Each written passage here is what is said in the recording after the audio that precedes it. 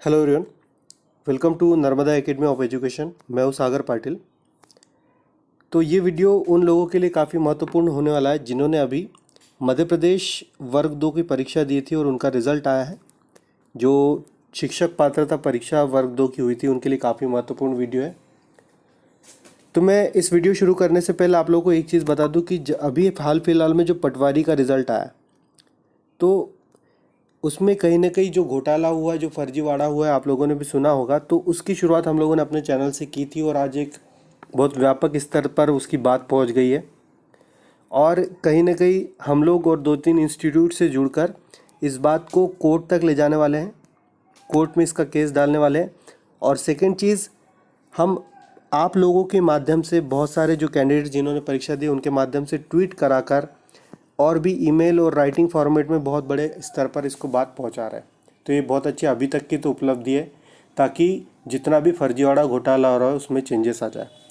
तो मेरी जो इस प्लेटफॉर्म के थ्रू वर्ग 2 के बच्चों से जिन्होंने पेपर दिया उन लोगों से कुछ प्रश्न है कि आप लोगों में से जिन लोगों ने भी पेपर दिए होंगे वर्ग 2 के, या फिर आपके जितने भी मित्र लोग हैं जिन्होंने वर्ग 2 के पेपर दिए, तो मैं आपसे पूछना चाहता हूँ कि जिस तरीके से पटवारी में आप लोगों को देखने को मिला घोटाला, कि एक ही सेंटर से अधिकतम जो बच्चे हैं वो टॉपर्स की श्रेणी में आए हैं, बहुत सारे लोगों के 184 190, वो भी पर्टिकुलर एक ही सेंटर से आया, तो कहीं ना कहीं घोटाला हुआ है।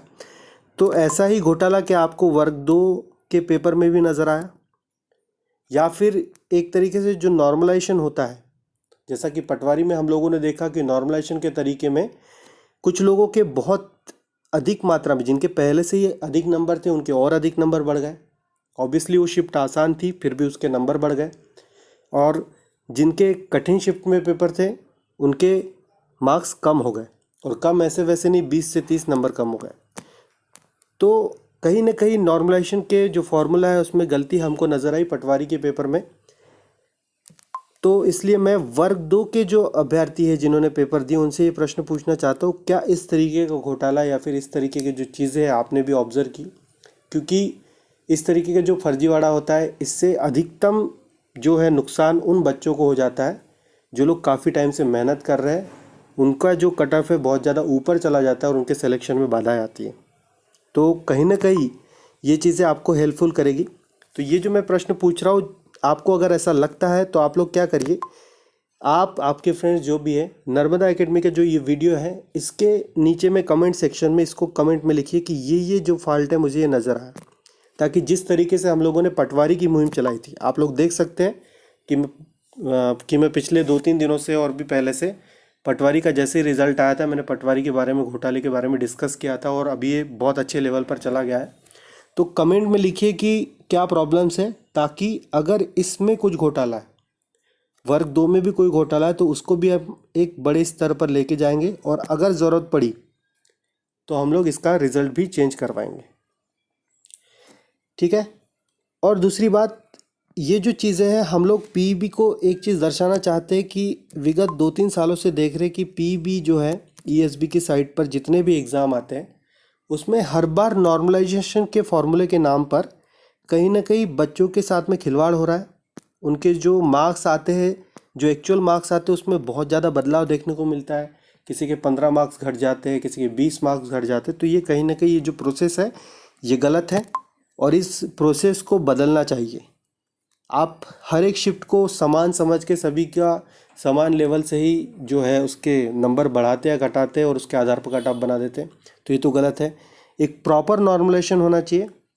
इसलिए इस चीज़ की जांच होने के लिए मैं ये सारे मुद्दे उठा रहा हूँ। ये जो हमारा चैनल है ये हम लोग इस बात को आगे बढ़ा रहे हैं।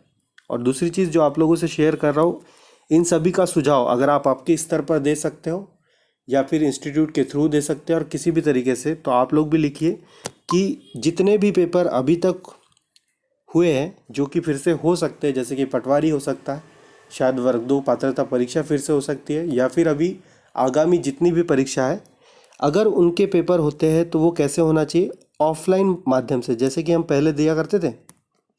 पहले हम जिस तरीके से गोला भर के परीक्षा दिए करते थे उस तरीके का पेपर होना चाहिए, और पेपर केवल एक ही दिन होना चाहिए। पेपर केवल एक ही दिन होना चाहिए। एक ही दिन होने से नॉर्मलाइजेशन वाली चीज़ बिल्कुल भी नहीं रहेगी। एक ही पेपर होगा, सभी के लिए समान पेपर होगा और समान पेपर के आधार पर सीधा कट ऑफ बनाया जा सकता है।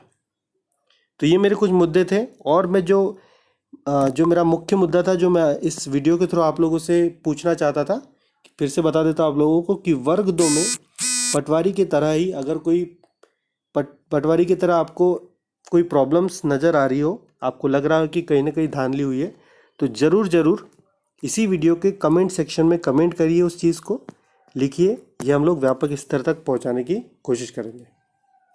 बने रहिए, जुड़े रहिए हमारे चैनल से। Thank you so much for watching this video.